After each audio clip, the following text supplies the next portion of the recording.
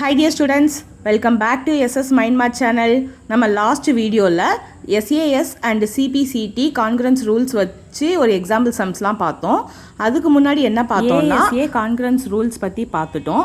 இன்னைக்கு நம்ம வீடியோவில் இது எல்லாம் சேர்ந்து ஒரு எக்ஸாம்பிள் சம்ஸு நம்ம பார்த்துடலாம். இதெல்லாம் வச்சு அதாவது SAS, CPCT, ASA இது எல்லாத்தையும் வச்சு நம்ம வந்து ஒரு எக்ஸாம்பிள் சம் பார்த்துடலாம். வாங்க வீடியோவை பார்த்துருவோம்.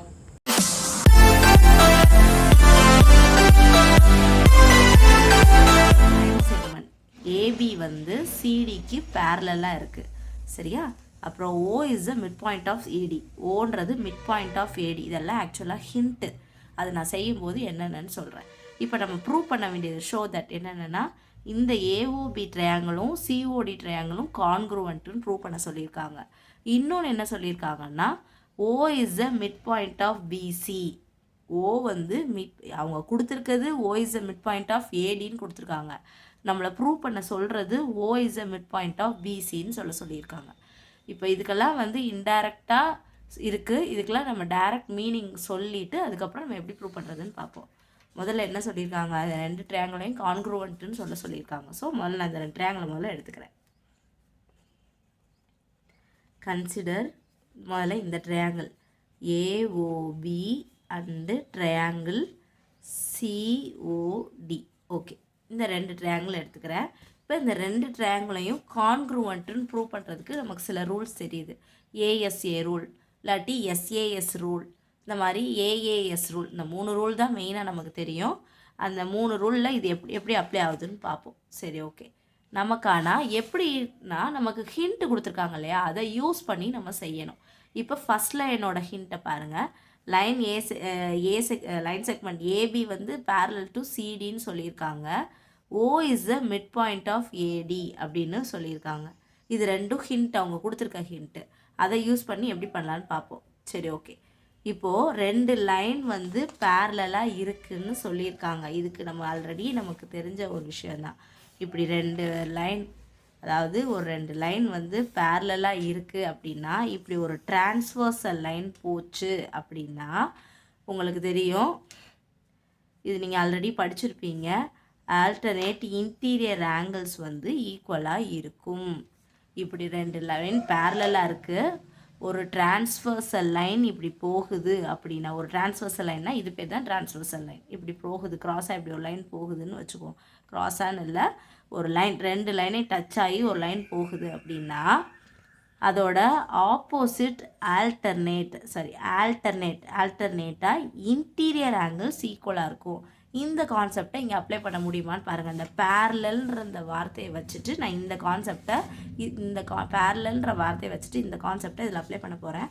முடியும். இந்த ரெண்டு ட்ரையாங்கிளில் இது ரெண்டு பேரலல் லைனு, இது ஒரு டிரான்ஸ்வர்சல் லைன். அப்போ ஆல்டர்னேட் இன்டீரியர் ஆங்கிள்ஸ் ஈக்குவலாக இருக்குன்றது ரூல். அப்போ இதை யூஸ் பண்ணி நான் இதை எப்படி எழுதிக்கிறேன்னா, ஆங்கிள் எப்படி எழுதலாம், ABO equal to angle DCO. கரெக்டாக? ஸோ அந்த பேரலல்ன்ற லைன் அந்த வார்த்தையை வச்சுட்டு நான் இதை ஒரு டிரான்ஸ்வர்சல் லைனாக கன்சிடர் பண்ணி இப்போ இதனோட ஆல்டர்னேட் சொல்லலாமா, alternate interior angles are equal அப்படின்னு சொல்லலாமா. இப்போ இன்னொன்று நம்ம சொல்லிடணும். நான் இதை எப்படி எடுத்திருக்கேன் அப்படின்னா, AB parallel to CDன்னு எடுத்திருக்கேன். இன்னொன்று என்ன எழுதியிருக்கேன், BCயை தான் டிரான்ஸ்வர்சல் லைனாக எழுதியிருக்கேன். ஏன்னா இது கூட ஒரு டிரான்ஸ்வர்சல் லைன் வச்சு பண்ணலாம். நமக்கு எது தேவையோ அதை தேடி போகிறோம். BC அதையுமே வச்சு பண்ணலாம். நாம் இதை எடுத்து பண்ணுறோம். BC is a transversal line. Okay, சரி. இப்போ இந்த பேரலல்ன்ற வார்த்தையை வச்சுட்டு இது ரெண்டையும் நான் சொல்லிட்டேன். இப்போ அடுத்து என்ன சொல்லியிருக்காங்கன்னா, இது ஆல்ரெடி நம்ம நான் உங்களுக்கு சொல்லியிருக்கேன், ஸ்ட்ரக் ஆகணும் இது டக்குன்னு. இப்படி இருந்தது அப்படின்னா vertically opposite angles equal, V shape, vertically opposite angles equal எடுத்தோடனே இதுதான் ஆக்சுவலாக ஃபஸ்ட்டு ஞாபகம் வரணும். இங்கே பாருங்கள், இங்கே அந்த ஸ்ட்ரக்சர் இருக்குது பார்த்தீங்களா, வேர்ட்டிக்கலி ஆப்போசிட் ஆங்கிள்ஸ் ஈக்குவல். இதை வச்சு நம்ம எழுதலாமா, angle AOB equal to angle DOC. இங்கே vertically opposite angles. vertically opposite angles equal. சரி, இப்போ ரெண்டு ட்ரையாங்கிள் கம்பேர் பண்ணி இப்போ இந்த ஆங்கிள் ஈக்குவல்னு சொல்லிட்டோம், vertically opposite angles ஈக்குவல்னு சொல்லிட்டோம். அவங்க இன்னொரு ஹிண்ட்டும் கொடுத்துருக்காங்க, O is the mid point of AD. இது வந்து இன்டைரக்டாக கொடுத்துருக்காங்க. இதோட மீனிங் என்னென்னா, O is the mid point of AD அப்படின்னா என்ன அர்த்தம்னா, ஓ வந்து ஈக்குவலாக நடுவில் அந்த புள்ளி அமைஞ்சிருக்கும், ஏடிக்கு நடுவில் அந்த புள்ளி அமைஞ்சிருக்குன்னு தான் அதோட அர்த்தம். ஓ வந்து நடுவில் அமைஞ்சிருக்கும்னு அர்த்தம். அப்போ இதோட மீனிங் ஓஏ ஈக்குவல் டு ஓடின்னு எழுதலாமா?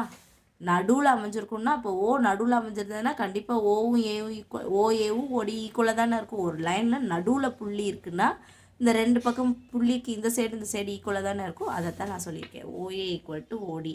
அவங்க வந்து டைரெக்டாக O is the mid point of ஏடின்னு கொடுத்துட்டாங்க. இதோட மீனிங் வந்து இதுதான்.